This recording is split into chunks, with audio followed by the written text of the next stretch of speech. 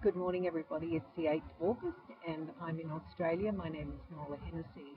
I want to talk to you about positional power in the context of families this morning, and be mindful that within every country, cultures will usually dictate, when potentially religious structures will dictate how the positions are within a family unit.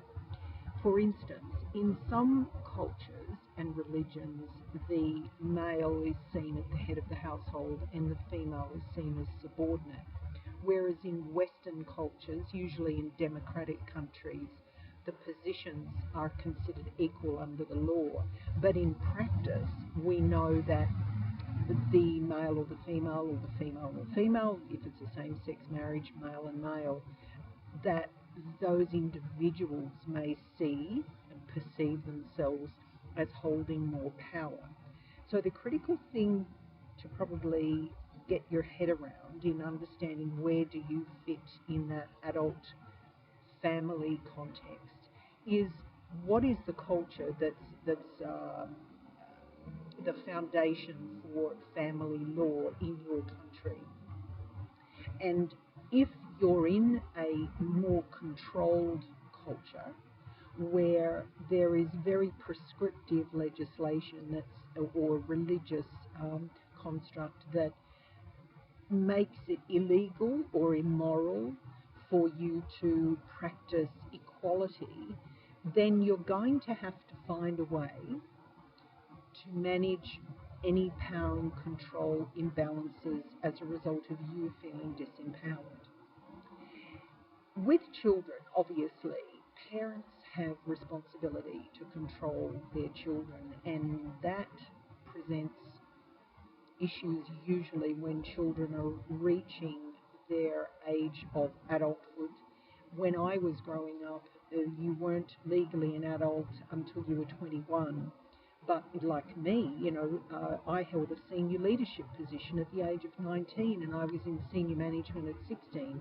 So one could say that whilst legally you're deemed a child, you may have the maturity and the experience and the personal power to be able to fulfill positions of power.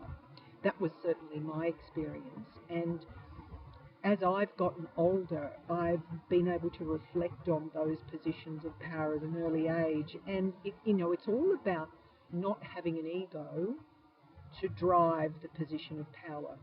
When people live based on ego gratification, where they're looking to feel proud about things all the time, or they're looking for people to be proud of them, where they're looking for adoration, they're looking for recognition, loud recognition, then there's ego that underpins that. Because when you don't have an ego, when you're spiritually mature enough that you don't need external gratification, you are good enough for yourself inside and you feel powerful within yourself.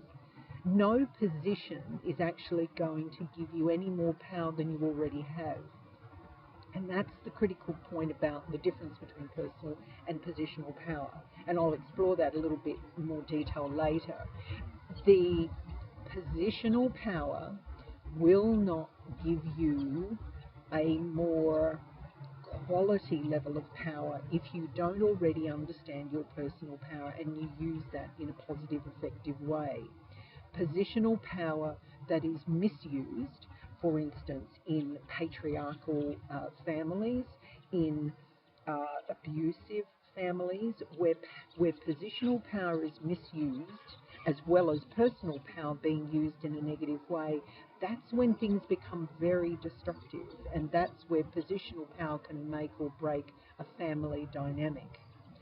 Now, when parents transition their children from childhood to adulthood, it's really important that despite the need to let go at a point where you feel as if your children, who are now adults, are able to deal with life on their own and need to be able to learn and journey through their own lessons, as a parent, you must give them the benefit of a doubt.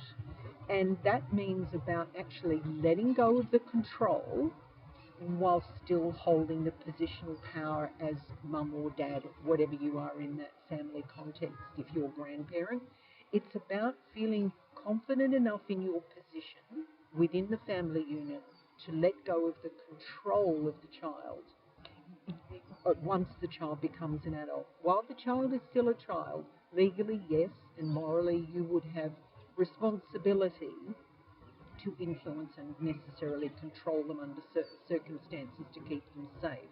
And you need to be educating them about positive choices and moral choices and ethical choices.